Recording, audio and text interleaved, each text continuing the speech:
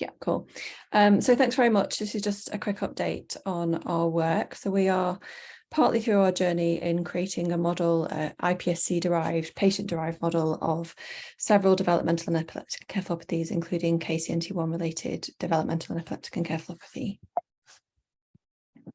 So these are my disclosures. So I've been involved in this field for some time since I started working during my PhD on KCNT1 related epilepsies. So previously we identified a cohort of patients in the UK, identified some novel variants, including some related to the MAPCA's phenotype, characterised these mutations in conjunction with Steve Petrou, and showed, as previously described, that these will gain of function in the heterologous system, and have then since gone on to try to think about different ways to model these mutations and to have ways into developing novel therapies. So previously in our work, we showed that, for example, many of the mutations were responsive to quinidine, as we've heard, but one of the mutations in our cohort, F346L, as you've heard from John, is in this hydrophobic cavity and affects the binding of quinidine and therefore is not responsive.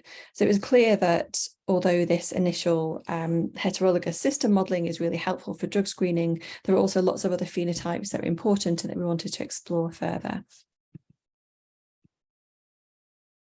So what we're doing currently in our work in the lab, and my postdoc Jenny Langer is also on the call, is we've taken skin cells from patients, which we culture the fibroblasts. We then reprogram these with factors which induce pluripotency. So for those of you who are not familiar, this is the ability of a cell to transform into any cell in the body.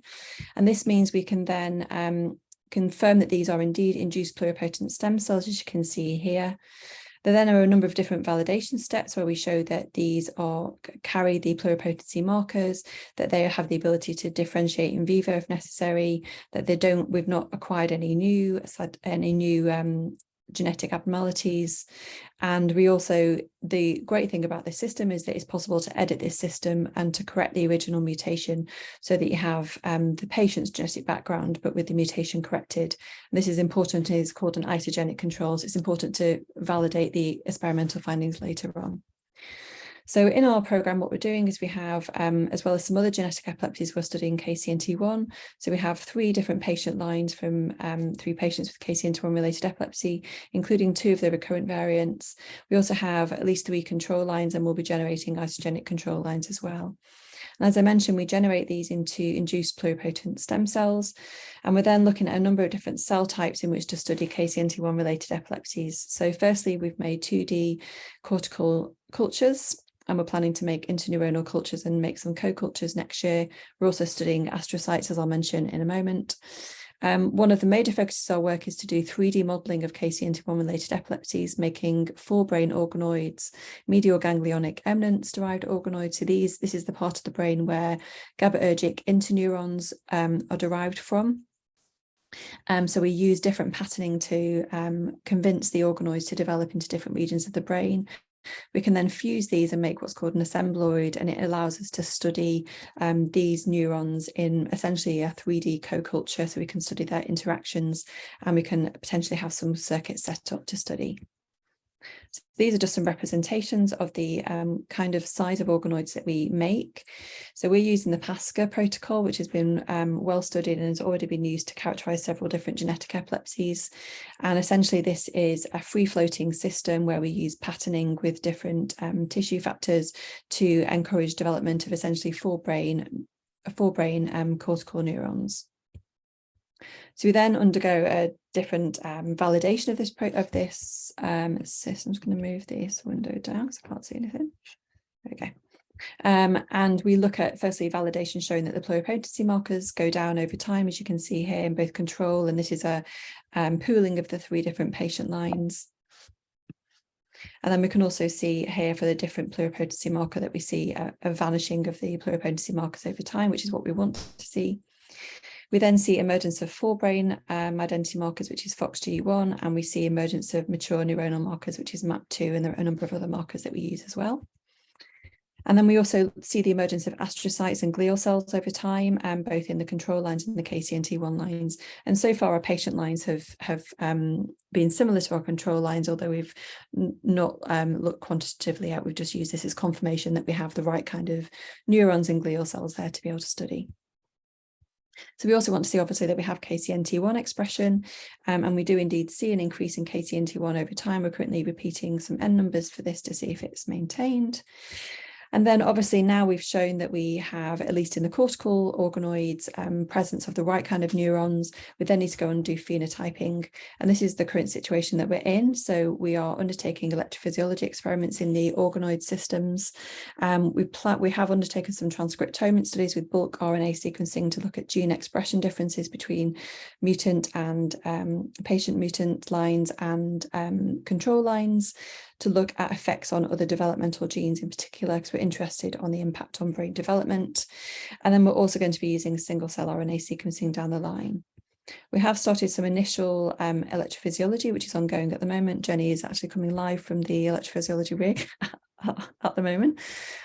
So we're currently using local field potentials in some quite mature organoids at day 400, and we're using externally applied KCl to induce depolarization of the organoids. We have to use quite large amounts of KCl to do this, because obviously this is a 3D system, collection of neurons rather than a slice or neurons in a dish. And we do see a change in the baseline when the KCl is applied, and we're currently looking at the differences between mutant and patients with this assay. So as I mentioned, we're also studying, we're making some 2D systems because we undertook some initial single cell electrophysiology in organoids, but this is technically quite difficult because it's quite difficult to identify the right cells to patch within the organoid. So we're planning to do some further phenotyping in 2D. And here we've derived iPSC-derived neurons, and again have shown a decrease in pluripotency markers, the right neuronal markers, and forebrain neurons here. And you can see the presence of KCNT1 staining here, and good expression of KCNT1 by day 60, I think that is there, day 50, sorry. So this is using the Shi et al. Protocol, and we'll also be generating interneurons for co-culture with these, so we can look at the, obviously following on from Matt's work, looking at the phenotype in patient-derived both excitatory and inhibitory neurons. And lastly, we also have an interest in the impact of genetic epilepsies in astrocytes, because these are relatively understudied in terms of what the phenotype may be. So we know that astrocytes are extremely important and have many different roles within the CNS. They're relatively well studied in acquired epilepsies, but relatively understudied in genetic epilepsies. And we also know there's a significant role of astrocytes in potassium buffering, for example, within the CNS. So we're interested to see what the impact of potassium KCNT1 variants is in patient-derived astrocytes. KCNT1 is expressed in astrocytes at quite a low level, so there's been not very much work done on this, and Jenny's developed a protocol adapted from previous protocols to generate iPSC-derived astrocytes. You can see here at the bottom we've got some nice markers of astrocyte development, including aquaporin 4. So I'll finish there just by thanking Jenny, who's done lots of this work, and my other collaborators.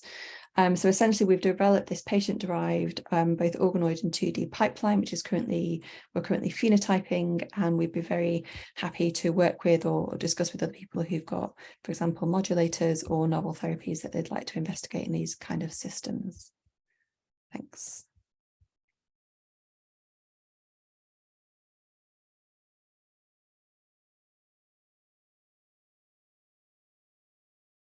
Thank you very much, Amy. That's really exciting.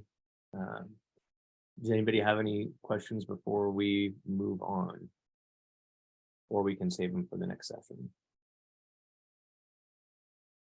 Okay. So what we have next is for parents, the rest of the meeting is going to pick up tomorrow at 8 a.m. Pacific time to discuss clinical trial readiness and patient and self-care issues. For the SAB and other scientists on the call, we're going to have the discussion section next. There is a separate link for that. You need to register first. It takes about 2 seconds, and then you get a link if you haven't already done that. I just, wanted just to conclude by saying thank you to everybody who logged in today to listen. I really want to express our really deep appreciation for the presenters who took the time to summarize their work for this very short format. I know it's really challenging. I hope the roundtable serves as some sort of means of fostering collaborations amongst teams today. You can tell that from some of the Q&A and messaging going on that there seems to be interest in each other's work. So hopefully we'll see something come out of that. I've had the pleasure to get to know a lot of you over the last 2 years, mostly via email and some phone calls. I've sent more emails to you than most of you probably care to remember. And I just really want to thank you all for your patience and the generosity of your time and insights as we work to advocate for our kids in a field that is not remotely our area of expertise. So thank you for that. Andrew, my son, was diagnosed 5 years ago with his first seizure. A few months later, we got his genetic diagnosis and we were told there was essentially nothing to do, that one day there might be a treatment, but it was really vague. And they told us that in the meantime, we should really be preparing ourselves for the possibility of losing our child, which was soul crushing. Today, I think we're starting to feel hopeful. We're cautious in that optimism, but I think that the hope is warranted. Thank you all so much for the incredible work that you're doing on behalf of children like mine that you will probably never get a chance to meet. And on behalf of the foundation, I want you all to know how important you are in our lives and the lives of our children. So thank you all very much. Oh, looks like we have is everybody seeing my kid here? It looks like. Yep. Okay, so Sarah, can you go back to I'll just walk you through briefly. If you can go maybe to a first slide. Sorry, I spent a few hours putting together the story of Andrew's life because I thought, we were talking a lot about science, but at the end of the day, this is about kids. I don't know if there's anything before this, Sarah, before he had his first seizure. So this is Andrew's first day of life. That's him in a hospital in Newport Beach in California. I'm a surgeon. I was, very comfortable having him in the operating room, cut his cord like our other 3 kids. And you can see it by his face. I mean, he's a pink, beautiful baby. He had great APGAR scores. And we thought, okay, we've done this before. This is pretty straightforward. Sarah, can you go to the next slide? And this is about 4 months later. This hospital admission, I think, was at Children's Orange County. I think this was a 45-day admission. Andrew was probably admitted to 4 different hospitals in Southern California for a total admission date of 100+ days over the first year of his life. You can see here he's still making pretty good eye contact. We had no sense at this point that we were going to lose him. Sarah, can you go on to the next slide? I don't know if I gave you the. Okay, so and then maybe go to the. Okay, that's fine. So there's just a series of photos in which you can just see him disappear from us. He was so heavily drugged on so many different anti-epileptics, sometimes 3 and 4 at a time. And we lost all eye contact and all sense of our normal child. This is now Andrew, I think earlier this week. He's now 5 and I'll show you some of the stuff he can do. Sarah, if you can hit that. So Andrew uses his left hand. He recognizes objects, picks them up. I didn't show a photo with or video with it. That's his older sister. Didn't capture a video with his bottle, but Andrew will reach out and grab a bottle with his left hand and put it in his mouth. Unfortunately, in the last couple of months, he has stopped sucking. So he'll put a bottle to his mouth, but he can't feed himself any fluid. So we have to basically lavage 1 cc at a time. These several hundred cc's a day it takes to keep him hydrated. We've always wanted to avoid a G-tube. It's just a line that we sort of decided we weren't going to cross. I think it's made our lives really much harder than it needs to be, but it's just the place that we kind of, where we kind of came. Sarah, are there any more photos here? So that's, Andrew, maybe a year or 2 ago, actually holding his bottle, which made our lives infinitely easier. He still feeds by mouth. It's all pureed food that we make. He's on a ketogenic diet, which was probably one of the biggest difference makers for him. If you could advance, if there's anything else, Sarah. Oh, and that's so that's Andrew wearing Dad's hat. Pretty normal head size, really. And this is the photo that makes me, this is our dream. So this is Andrew after probably a 1.5 years of therapy in and out of his stander. He's getting a little bit of support from the wall behind him. This is when he was probably about 3.5. He had a really rough patch a year ago, so he's lost the ability to do this, but he started fenfluramine about 2 months ago, and we've seen a really substantial change in his seizures to the point where he's now going weeks without them. And he seems like he's waking up and he's vocalizing and making sounds he's never made before. So I'm hoping that we can get him back to a picture that looks more like this. Sarah, do we have anything else? Okay, well, that's our guy, and that's who obviously we're advocating for, and each one of us on this call who has a child is advocating for that same purpose. And I just thought it'd be a nice reminder to everybody who doesn't get to see these kids on a daily basis, who they are. And the types of lives they have and the types of lives that we have as a result of that. So again, thank you all from the bottom of our hearts for doing everything you're doing to change these kids for us. Thank you, everybody. And if you're participating in the roundtable, you'll have a separate login for that chat room meeting. It should be your email box. We sent it just in the last, I think, hour or so. So if you log into your email, you can just take that new link. And to the parents, we'll see you all tomorrow morning. Thanks so much, Justin. Thanks, everyone. Bye. Thank you. Thank you.